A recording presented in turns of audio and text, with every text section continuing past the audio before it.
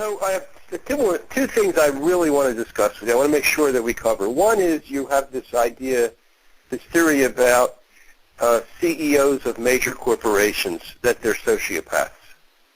And I'd like you to walk us through that. Okay. Typically, a person's pay reflects the marketplace for their labor.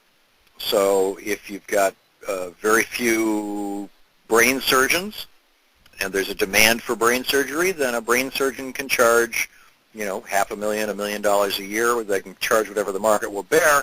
And in a free market, if anybody could go to school and become a brain surgeon, which is not the case in the United States because the AMA limits the number of people who can go to medical school. But if it was the case, then you may have a lot more people becoming brain surgeons, and over time the pay of brain surgeons would go down because there'd be many more people competing in that marketplace of labor for those jobs, and that competition would drive down the price of that labor.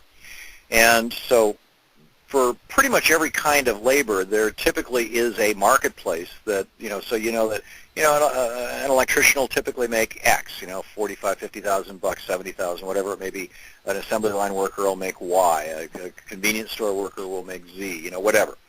And so the question then becomes, why is it that there are some people who make 10, 12, 15, 20, $100 million a year? Why is it that the CEO of United Healthcare, for example, the second largest insurance company in the world right now, in the United States, the current CEO has over $400 million in compensation in unexercised stock options that he's holding on to right now.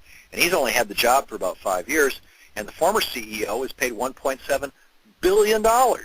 It ended up only with walking away with $1.3 billion because they discovered that he was doing all kinds of fraudulent backdating of stock options, but still over $1 billion. What conceivable labor marketplace could place the job of a CEO at being worth tens or hundreds of millions of dollars a year?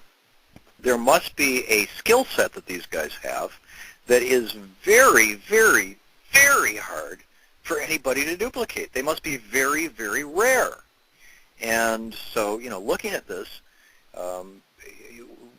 there's certain obvious stuff. You need people who are presumably from a strata of society where they know how to function in most levels of society. That was a 10-year package for Bill McGuire, was $1.7 billion.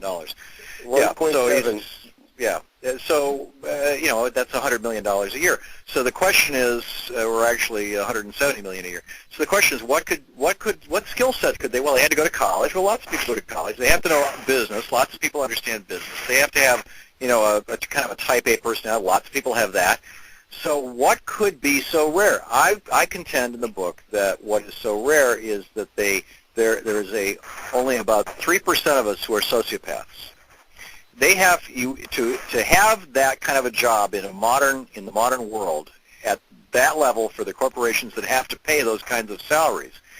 You have to be willing to destroy people's lives, particularly your employees, and still be able to sleep at night, and destroy the lives of and if you're moving manufacturing operations around, you have to be willing to pollute cities and cause cancers and basically kill people or engage in activities that lead to the death of people and still sleep at night. And only a sociopath can do that. Sociopaths have basically no emotions. They have no ability to identify with other humans as humans. They see other humans as objects, as they're just playing the game of life, and they think that they're the only person in the world who actually feels anything.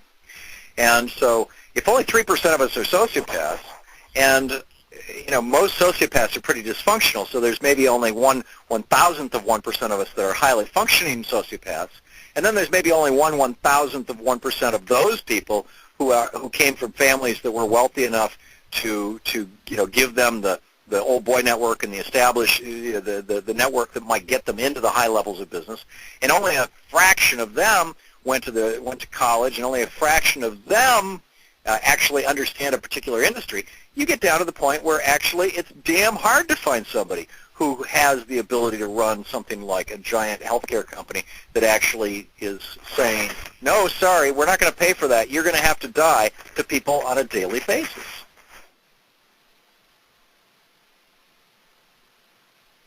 So that's my thesis, Rob, is that CEO salaries represent a marketplace, a labor marketplace, and that they're so highly paid because sociopathy is so rare in our culture?